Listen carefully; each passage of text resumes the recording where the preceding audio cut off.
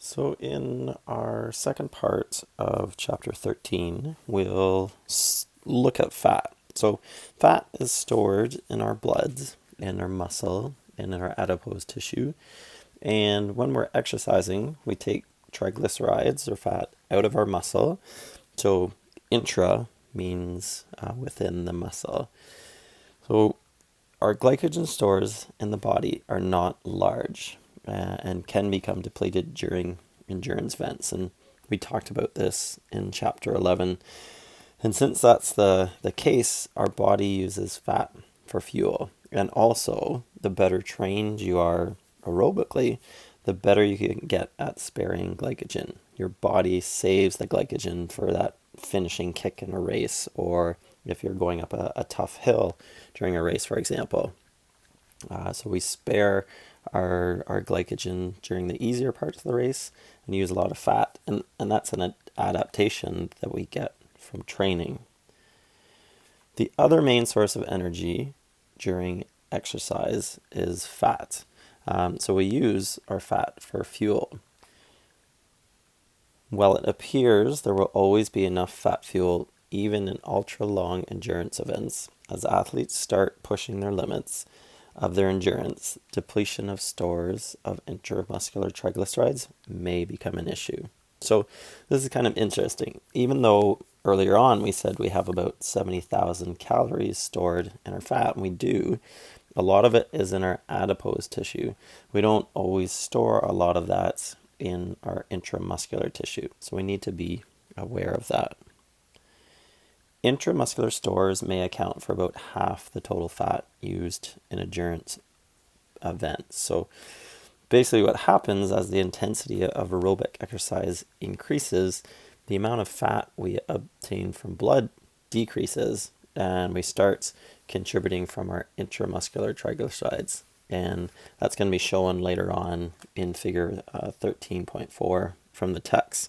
So one of our main adaptations of endurance training is to make the body more efficient in using fat as a fuel. And again, we store our fat as triglycerides in muscle, but we also store it around our body as adipose tissue. So now let's look at protein. When you're at rest, protein is not an important energy source unless you are severely deficient in carbohydrate and not adapted to such a diet. So protein is there to repair tissues. It's our building block of tissues. We're essentially like one big protein bar. Everything, all of our tissues in our body are made of protein. If you're really deficient in carbohydrates, then yes, your body will use protein as a fuel source, but it's not ideal. Protein is used as an energy source in exercise only if available calories from fat and carbohydrate and potentially ketones are insufficient. If sufficient calories from fat and carbohydrate are available, the breakdown of amino acids, which is our building blocks of protein, contributes only minimally to the total energy used by working muscles, so about 2 to 5% at most. So carbohydrates and fats, they take the cake.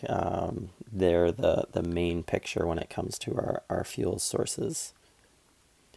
However, it has been reported that during the final moments of exercise lasting 3 to 5 hours, protein use may reach 5 to 15% of the fuel supply. So here's a situation where we would start to use protein. So ultra endurance events. If you look at those people, you'll see that they're very, very lean. But also, they don't tend to have a lot of muscle mass. They're not our mesomorphic individuals. And that's because during these events and the long, long hours that they spent training, their bodies will end up using some of their protein. So our main point here is that protein is really used as a fuel when people are starving. So is it healthy? Probably not. It's not ideal. So let's look at factors that govern the selection of fuels for muscular work. And let's look first at intensity. And we mentioned this already, so let's summarize and tie it all together. So if we're at rest, or for example, you're sitting and listening to this lecture, at rest, about 2/3 of the ATP production comes from fatty acids, and the other third from glycogen and glucose. So actually using fat for fuel when you're doing nothing, or even if you're out walking at a slow pace, about 60% of your energy will come from fat. If you start working harder and harder, what happens is we shift from fat to using more carbohydrates. So at about 95% of VO2 max and above, carbohydrate is used almost exclusively. So now we're going to talk about the duration of exercise, and that matters as well. If you want to completely deplete your muscle glycogen, then you would need to exercise at 65 to 85% of your VO2 max. And then it takes about 80 to 120 minutes of exercising at that intensity to deplete your muscle glycogen stores. So 65 to 85% of VO2 max, that's around 75 to 95% of our max heart rate. So think about doing the gross grind twice without eating anything at all. You would probably deplete your glycogen stores entirely. And as exercise duration increases, the proportion of energy produced from fat begins to increase as well. And we'll see that in figure 13.5. So in your second round of the grind, because the glycogen would drop very low, the body shifts more into fat metabolism. So here we've got an image representing exactly what we just talked about. We have 3 different intensities of exercise, 25% of VO2 max, 65%, and 85%. Then at the higher intensities, so our 85% max VO2, we've got our biggest energy contribution from muscle glycogen. And then if you look at fat, it's a bigger percent energy contributor at lower intensities, but the overall contribution to energy is still pretty low. So if we stack all the blocks on top of one another like Lego, that's representing energy use. So if we've got a client where weight loss is a goal, energy balance is a part of that, and energy usage is very important. So all of these were 30-minute bouts of exercise. It's just showing different intensities of exercise. So even though the length of time that they work at is the same, the amount of fuel when we work harder is quite significant. Even though fat is not a major contributor to ATP production at higher intensity, if we're trying to lose weight, again, it's better to work at a higher intensity because we'll utilize more calories overall. In figure 13.5, we have carbohydrate and fat metabolism during prolonged exercise. So we need to highlight prolonged. So it shows the relationship between the length of time that we are exercising for and the percentage that fat contributes to our energy. And it increases, the percentage that we use fat increases more and more as time goes on.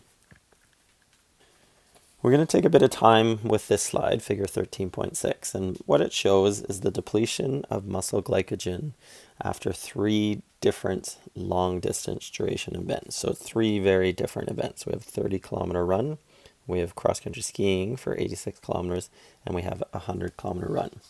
And as you can see, glycogen depletion increases as the event duration increases as well. So we can see in the far right to the graph with our 100-kilometer run taking around 12 hours, even though the intensity is less than our 30-kilometer run, the overall use of muscle glycogen is greater. Now, we also can see that the total muscle glycogen remaining was slightly lower after 7 hours with our cross-country skiing exercise. And this may have been due to intensity differences. So cross-country skiing, it tends to be hilly, so you're going up and down. So remember the difference between our stair climbing or doing the grouse grind versus traveling over flat distance. And it forces you to increase your power output at times. And also could be because cross-country skiing uses a lot more muscles than running does, and hence glycogen is being depleted from more muscles. Let's talk about the state of physical training and fuel use. For any given submaximal workload, the aerobically fitter person will be at a lower percentage of his or her VO2 max than a less aerobically fit person. The athlete with the higher aerobic capacity to get a greater amount of energy from fatty acids compared to the less person. So people that are very deconditioned or sedentary, they're going to have a tough time accessing fat as fuel. Endurance training also brings about increased number of mitochondria and increased aerobic enzymes in trained muscle fibers. And finally, physical training allows aerobically fitter individuals to get a greater proportion of energy from fats at any given percentage of VO2 max compared with the same percentage of VO2 max for the less fit person. What about dietary carbohydrates and glycogen stores? So the amount of carbohydrates in the diet affects the amount of glycogen stored in the muscle fibers. All other factors being equal, a person on a high carbohydrate diet will have higher muscle glycogen levels than a person on a low carbohydrate diet. You should not start an endurance race with depleted glycogen stores, and that should just make sense. So leading up to the Dias Vistas trail race that I did last weekend, which I knew would probably take me around 6 hours, I was definitely loading up on carbohydrates in the hopes of maximizing my muscle glycogen stores. However, this does not mean you should always eat a high carbohydrate diet and always train with high carbohydrate availability. Training with low carbohydrate availability can improve the body's ability to metabolize fats. And this is crucial for endurance races due to the limited availability of glucose. So in some of my training runs leading up to the Boston Marathon and then the Dias Vistas race, I would purposely not eat much at all before the run and try and train my body or force my body to use fat as a fuel source. So we're going to look at a really interesting study. Now, it was performed by Bergstrom and all way back in 1967. And is looking at starting muscle glycogen content and how that relates to work performance. So in this study, it was men, and they administered 3 diets, following which they performed on a bike ergometer, so stationary bike, at 80% of their VO2 max, and they cycled to exhaustion. So they rode until they couldn't ride anymore. And 80% of VO2 max is around 90% of max heart rate. So these were very fit individuals that are going as long as they can. And what they found was it depended on the diet they ate beforehand, how long they could go. So if we look first at our normal diet here in green, the mixed diet, so a mix of carbs, fats, and proteins, the time to exhaustion was 114 minutes. On our high protein, high fat diet, so our low carbohydrate diet, it was 57 minutes. And then on a high carbohydrate diet, up here, they were able to cycle for 167 minutes until exhaustion. So it's showing that perhaps carbohydrate loading is quite effective, especially when you're working that hard. If you're going to be working at 80% of your VO2 or above 80% of your VO2 max, we know that you're going to be using more carbohydrates as fuel. So it makes sense to be well fueled beforehand with carbohydrates. Let's look at glycemic index in exercise. We talked about glycemic index earlier on in the lecture, and we also talked a bit about glycemic load. There is considerable evidence that diets with a lot of high glycemic index foods are associated with many chronic diseases. And that's because high glycemic index foods cause a rapid rise in blood sugar. So the timing of consuming high glycemic index foods is very important. High glycemic index foods prior to exercise can be a problem. Glucose feeding during exercise is essential in long endurance activities. So during that Diaz Vistas trail race, I had 7 gels, and they're composed of fructose and glucose, so essentially pure sugar. And I also ate lots of gummies and jujubes, which are also essentially simple sugars. High glycemic index foods can help refuel carbohydrate stores after exhaustive exercise. So note that it says exhaustive. And this is important to make mention. The average fitness enthusiast isn't going to push themselves hard enough to get benefit from using high glycemic index foods to replenish their stores after exercise. A trained athlete might, but our general fitness participant would not. If athletes want to replenish muscle glycogen, they should ingest at least 1.5 grams of carbohydrate per kilogram of body weight within 1 hour after a hard workout or competition. So this weekend, the Vancouver Warriors pro lacrosse team have their training camp, and I'm helping with the team. So the morning that I'm recording this lecture, they have a tryout, and then they have about 6 hours off between the morning and afternoon practice, and then again 12 hours later on Sunday morning they have another practice. So these athletes definitely need to be eating carbohydrates between their exercise bouts to replenish their glycogen stores, and ideally within an hour afterwards. So during the physicals yesterday, I heard a lot of them talking about heading to Chipotle after the morning session. Figure 13.8 shows the effects of ingesting glucose 35 minutes prior to an endurance competition. So notice that low blood glucose develops 20 to 30 minutes into an event in the group that was fed glucose. So our red line here, they're given glucose beforehand, and then at about that 20 to 30 minute mark is when their blood glucose levels drop. And there's a term for that. It's called rebound hypoglycemia. So we see the red spike and then the drop. So for events lasting longer than 60 to 90 minutes, at say 60 to 85% of VO2 max, refined carbohydrates and other high glycemic index foods and drinks shouldn't be consumed within 1 hour of the start of that endurance event, and probably even longer than that. If you do eat refined carbohydrates before you start exercising, 2 factors will contribute to your blood glucose levels dropping. One is the high level of insulin as a result of consuming that glucose before your exercise, but then also the increase of blood glucose during your exercise. And then those 2 things, the high levels of insulin and the high blood glucose, will result in a rapid lowering of your blood glucose and a faster depletion of your muscle glycogen, as the blood cannot supply the muscles with as much glycogen. So it's not a good idea to have something sugary or sweet right before exercise.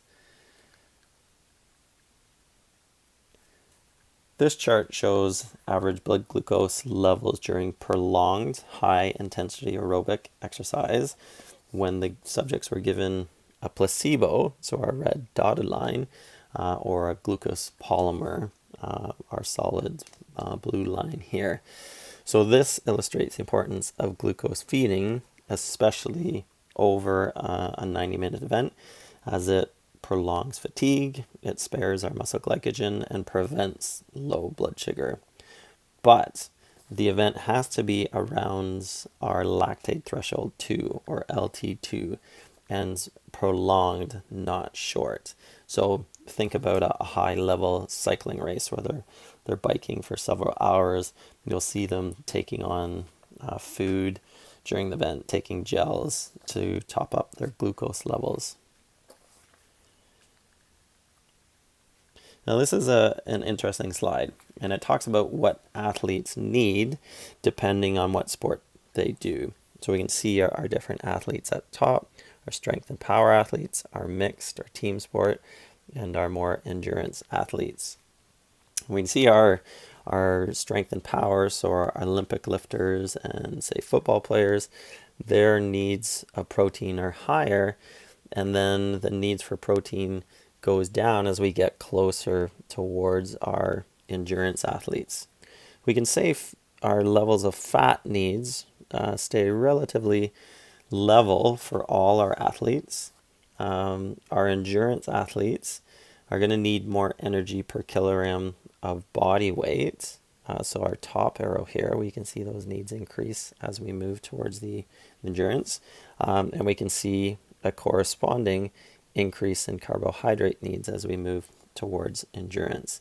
Now, endurance athletes tend to be leaner individuals overall, but they may need more calories overall compared to our strength athletes, even though our strength athletes are larger individuals. So, for example, during that Diaz Vistas trail race, my watch said that I burned 5,445 calories.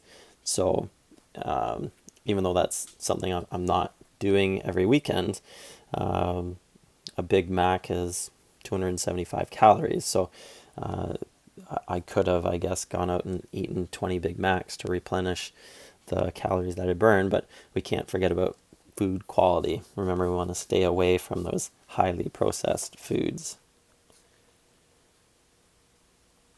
So to finish off, let's talk about this idea of counting calories. So is a balance of 30% protein, 30% fat, and carbohydrates ideal, or should it be 20% protein, 30% fat, and 50% carbohydrates? We do not know, and even if we did, it would be very difficult to determine if you were following it in your diet. Error when counting both calories in and calories out can each be up to 25%, so the total error can be as high as 50%.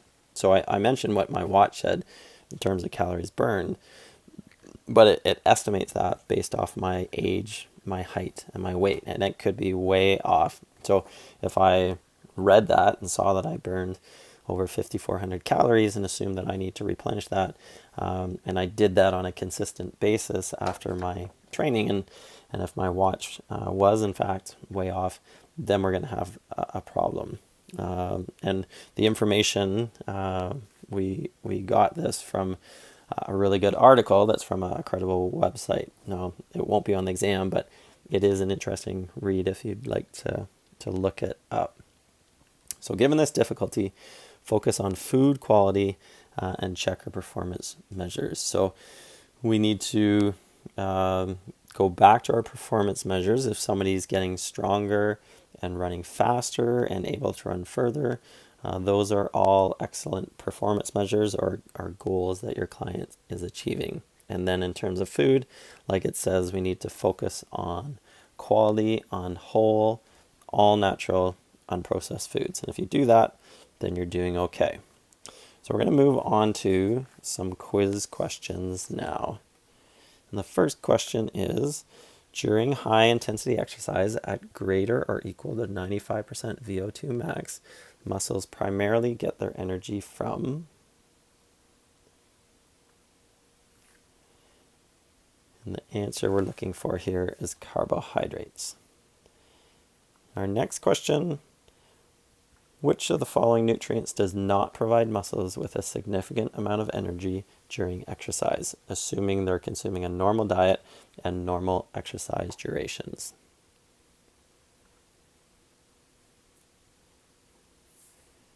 And the answer here is C. So protein becomes a contributor typically only during our ultra endurance or ultra marathons. We talked about that earlier. Next question, which of the following nutrients does not provide you with energy or calories?